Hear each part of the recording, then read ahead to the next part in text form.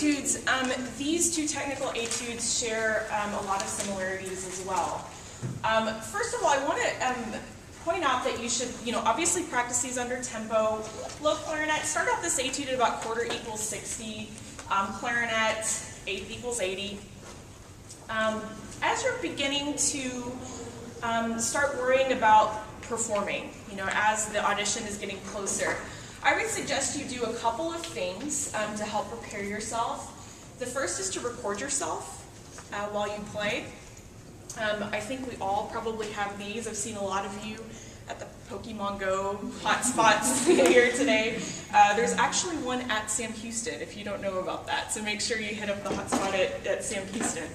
But anyway, we all have these contraptions. We've all got these phones or tablets. They all come equipped with voice recorders. So record yourself and listen to what you're doing, because you will notice in a recording so much more than you do when you're listening to yourself as you're playing. So when I record myself, I hear like rhythms being missed sometimes, pulse slowing down or speeding up, and maybe my dynamics aren't as extreme as I think they should be. And so it's a really good way to kind of check up on how you're playing. You also want to make sure that you perform for your friends, directors, your family members, basically anyone who will listen to you. Sit them down and practice performing in front of them, because the more times that you do this, the easier it's going to be on audition day when you are, in a room and you've got judges listening to you. So as I mentioned, there's a lot of similar aspects to these, both of these etudes. They both should be similar in style, light, bouncy, carefree, happy to be here today. Try to come across as happy as you possibly can, because it really makes the pieces sound a lot of fun. Staccatos, you'll notice, are located all over the etudes. And I want to warn you about staccato style. A lot of times when I hear students come in to auditions, especially with this clarinet etude, this is what I hear.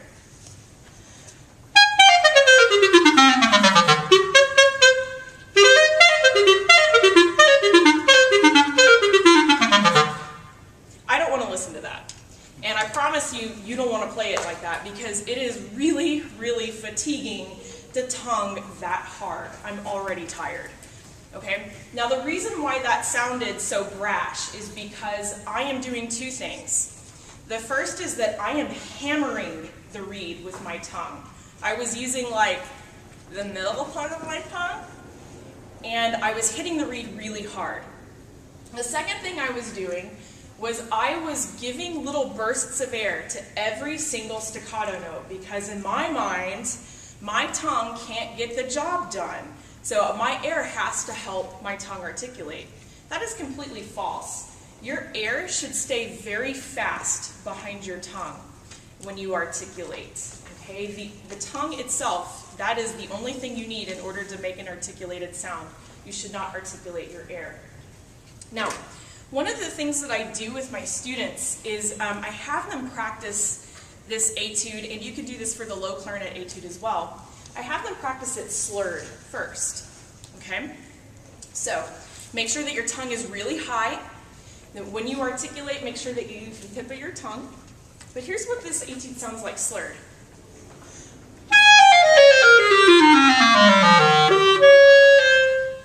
The reason why I do that is because I want my students to get an idea of what the airstream should feel like underneath the tongue. So practice it slurred and then add the tongue in, thinking about touching the reed very gently and only with the very tip of the top of your tongue. Okay, some specifics. Clarinetists, you'll notice on your etude that there are some maybe funky looking symbols to you. They look like upside down triangles. They are located on most of the eighth notes within this etude. These are called Staccatissimo markings, and what that means is that these are like exaggerated staccato notes. They should be very short. So I'm going to play, if you can look, I think that's bar 2. It's just beyond that box. Here's what those eighth notes would sound like if I just had a regular old staccato on them. Nice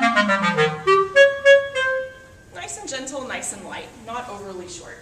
Okay, now, here's what it sounds like with the Staccatissimo markings. Much shorter. So make sure you pay attention to all of those markings. I want to have you pay attention to these two breath marks located within this etude. They are often missed. And what happens is if you don't breathe here, you're going to feel really uncomfortable rhythmically and probably fundamentally when you come in here. Make sure you stop, take a good breath, and then move on. This section is coming to a close, and this is a new idea, so you've got time. Same story right here. Take your time starting this new section. You'll feel better, and the music is going to flow better. All right, so the hot spots in this etude are towards the end. All of these 16th notes here in the orange box from measure 17 through 21, and here in this blue box towards the ends. Now, clarinets, I've given you some exercises on your handout to help with these. Basically, it's just what we call uneven rhythms. All you do is you reassign those 16th notes with a different rhythm, like a dotted 8th, 16th followed by dotted 8th. And then there's another exercise at the very bottom that just focuses on this section right here. And I've simply left off all of these repeated notes so that you understand the procession of all of these descending figures. Ba-da-da-da-da-da-da, dia-da-da-da-da-da, oops, dia-da-da-da-da-da, and dia-da-da-da-da-da. It's really helpful to practice just those descending figures in succession. All right, low clarinets. This is one of my favorite etudes in the Weissenborn book. It has a lot of character, but almost every time I hear it, it doesn't sound like it has a lot of character because there isn't a lot of information written on the etude itself. There's not a lot of dynamic markings. But this is kind of the fun part of being a musician is that, when you don't have dynamic markings, sometimes you really have to tune into the music to see what the music is suggesting to you. And that's our job as musicians, is taking something that's in black and white and making it really exciting. And sometimes we don't have instructions. Sometimes we have to come up with that ourselves. And so I've come up with some shapes here that you can mimic or not. I've written them in your etude. I like to insert a long crescendo here, a decrescendo. And I think it makes it sound a lot more interesting than just playing everything the same dynamic level. This is not the be-all, end-all. There are so many other ways you can create interest in this piece. So either take what I've given you or come up with something else. Ask your directors for help too. But don't do nothing. That's the really important thing. Put some dynamics in here and make it interesting. Low clarinets, you're going to notice this etude is really hard to get through just as written. You're going to have to put some breaths in here somewhere. You might have noticed that I inserted a breath mark in this bar right here, which is, what is that, measure 16? I simply left off that last C natural 8th note and I breathed there instead. So I get to breathe in the space of an 8th note and then I just keep going. I'm able to just take that breath there and get to the end, but you might not be able to, especially if you're playing a contra. And so if that's the case, I would probably leave out this 8th note right here, that is measure 20. Leave out that last D natural and breathe there.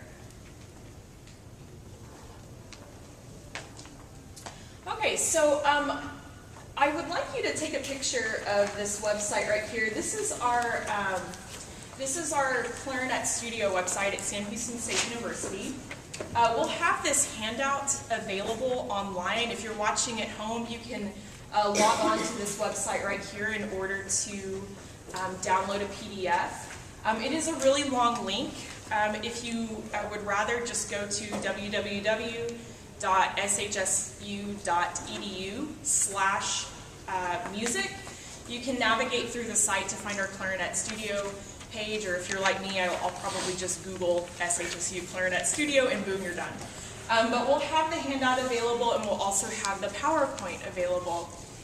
I'd like to open the floor to any questions. I'm aware that it can be a little intimidating to ask questions in front of such a large audience. So if you would like to come and visit me at the D'Addario booth this afternoon or tomorrow, I will be there. I have a lot of free reads to give away. You can try out mouthpieces, and I'm more than happy to sit down with you and talk about the etudes. Any questions you might have, if you want me to hear you play, I'm more than happy to do that as well. So I think the D'Addario booth is under the C3 pillar. All right, any questions right now? Yes? What clarinet do you use? I have just a run-of-the-mill R13 that I bought from a company called Taplin & Weir out of Canada. And they go to the factory, the buffet factory, and pick out the best clarinet. So I have a really great R13. I love it. Yes? I'm playing on our D'Addario X15E. I really love this mouthpiece. I switched over to it long before I started working for D'Addario. They have some really great mouthpieces. That's what I'm using. Any other questions? All right, well, thank you so much for coming today, and enjoy your day.